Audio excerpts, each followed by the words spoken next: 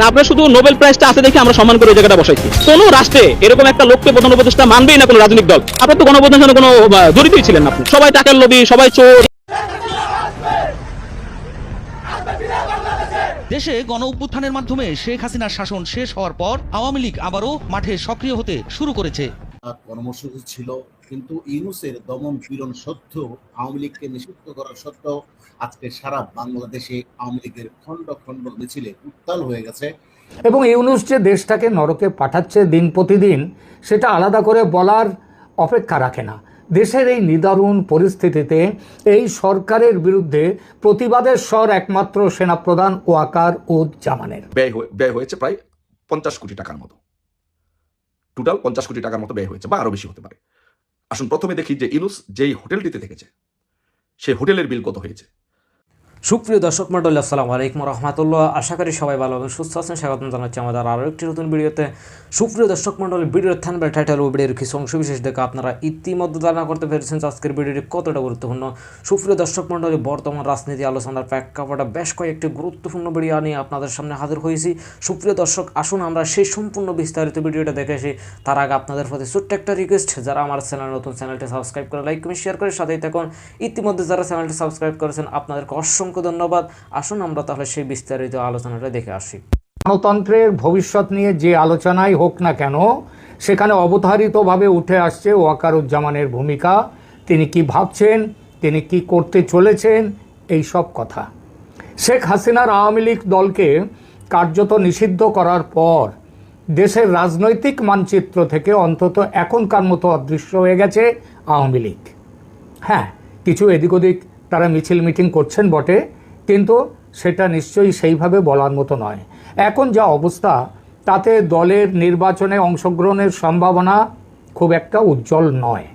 Deep স্টেটের ষড়যন্ত্রের অংশীদার হিসেবে যে জাতিসংঘ একদিন ইনক্লুসিভ ইলেকশন বা সব দলের অংশগ্রহণের মাধ্যমে অন্তর্ভুক্তিমূলক নির্বাচনের পক্ষে গলা ফাটিয়েছিল, যে জাতিসংঘ 2024-এর নির্বাচনের আগে পর্যন্ত, মানে নির্বাচনের সময়ও তারা পর্যন্ত এখন বলছে নির্বাচন হওয়াটাই বড় কথা, কোন দল অংশ নিল আর কোন দল অংশ নিল না বা নিতে পারলো না সেটা বড় কথা নয়।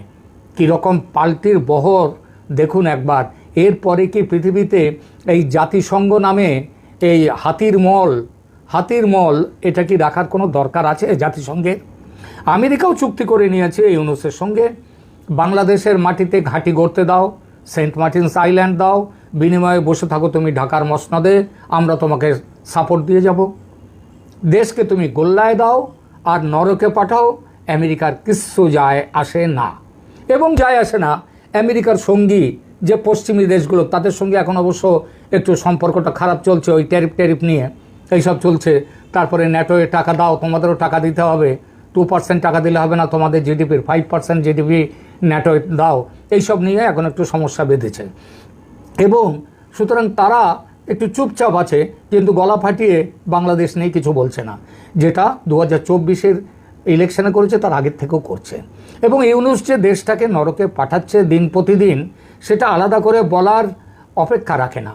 দেশের এই নিদারুণ পরিস্থিতিতে এই সরকারের বিরুদ্ধে প্রতিবাদের স্বর একমাত্র সেনাপ্রধান ওয়াকার উজ্জামানের। খেয়াল করে দেখুন, এর বাইরে, সেনার বাইরে আর কেউ নেই। এমনকি বিএনপি দল পর্যন্ত এক এক সময় এক এক কথা বলছে। এই যে তারেক রহমানের সঙ্গে ইউনূসের একান্ত বৈঠক হলো, 1.5 ঘন্টা ধরে গোপন বৈঠক, কি আলোচনা হয়েছে সেটা কার্পেটের তলায় ঢুকিয়ে দেওয়া হলো যাতে পাবলিক না জানতে পারে। ওগুলো কি ঢেকে রাখার জিনিস? এগুলো তো বড় মুখ করে দেশের মানুষকে চেঁচিয়ে বলার বিষয়। যদি বড় মুখ করে বলার মতো সমঝোতা কিংবা আলোচনা সেখানে হতো, করিডোর নিয়ে, চট্টগ্রাম বন্দর নিয়ে নিশ্চয়ই কথা হয়েছে। না হয়ে থাকলে বৈঠকে বসা কেন? নির্বাচন, করিডোর, চট্টগ্রাম বন্দর এসব নিয়ে যদি কথা না হয় তাহলে বৈঠকে বসাটা কেন? আর কথা হয়ে থাকলে সে কথা কেন প্রকাশ্যে আনা হচ্ছে না? মানুষ তো বলবেই, এবং বলছে যে ইউনূস, খলিলুর, তারেক সব এক পথের প্রতীক। পথটা কি? দেশকে আমেরিকার হাতে তুলে দাও, দেশে মার্কিন ঘাঁটি বসিয়ে দাও, আর তোমরা মিলেমিশে ক্ষমতা ভাগ করে খাও। আওয়ামী লীগ দৃশ্যপটে নেই, আর বাকিরা সহজে ক্ষমতার ভাগ পেতে একজোট হচ্ছেন। এই প্রেক্ষিতে প্রতিবাদী কণ্ঠস্বর গায়েব আজ বাংলাদেশ থেকে। নো সিভিল সোসাইটি, সাংবাদিকদেরকে ধরে 140 জন সাংবাদিককে বিনা বিচারে আটকে রাখা হয়েছে, কারোর কোনো প্রতিবাদ নেই। আর শেখ হাসিনার সময় 5 জন সাংবাদিককে যদি জিজ্ঞাসাবাদের জন্য ডাকা হতো, তার জন্যে আকাশ বাতাস কাঁপিয়ে কত রকম বলা হতো। আরও দেখুন, যে গুম ঘরের কথা, আয়না ঘরের কথা সব বলা হচ্ছে, এখন খুব বড় করে আয়নাঘর তো নতুন করে সাজিয়ে টাজিয়ে টাকানো হলো, ইউনূস গিয়ে দেখালেন সাংবাদিকদের।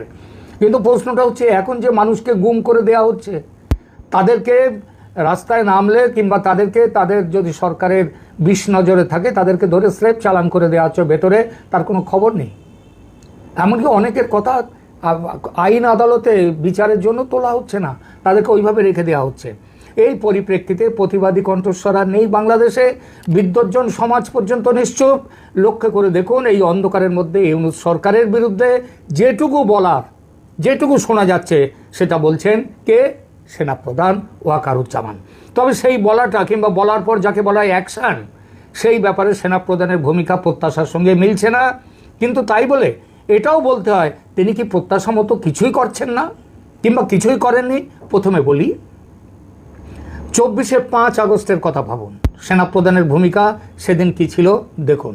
আজ যে শেখ হাসিনা এবং তার বোন শেখ রেহানা বেঁচে বর্তে আছেন, সুস্থ দেহে ভারতে আছেন, এটা কার জন্য হয়েছে সম্ভব? এটা ভাবুন।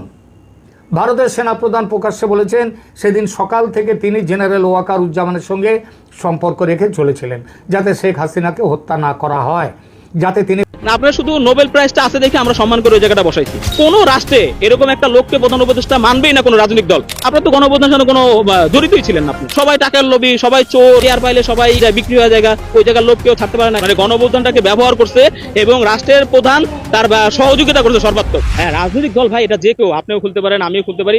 সবাই রাজনৈতিক দল খোলা একটা জিনিস, আর একটা জিনিসকে পুঁজি করে দল খোলা আর একটা জিনিস। আপনি রাজনৈতিক দল তো বহুত রাজনৈতিক দল আছে, আমরা তো কথা বলি না কেন? অনেক তো নিবন্ধন হতে পারে, যে 47-48টা দল নিবন্ধিত আছে। আপনারা তাদের নিয়ে তো কথা বলেন না, কেউ কখনো কথা বলেন কোনো কিছু, কিন্তু তাদের নিয়ে কথা বলেন, তাদের নিবন্ধনই হয় না এখন পর্যন্ত। কথাটা আসছে কেন? তারা এই ব্যবহার করছে, আপনার এই গণঅভ্যুত্থানটাকে ব্যবহার করছে এবং রাষ্ট্রের প্রধান তার সহযোগিতা করছে সর্বাত্মক। যে রাষ্ট্রের আমরা প্রধান উপদেষ্টা বানাইছি, সে সর্বাত্মক সহযোগিতা করছে। এই জন্যই আসলে এত বিতর্ক আসতেছে। আর তারা এই গণঅভ্যুত্থানের পরে কাজ করবে কি? আমাদের ছাড়া কি কাজ আছে ভাই?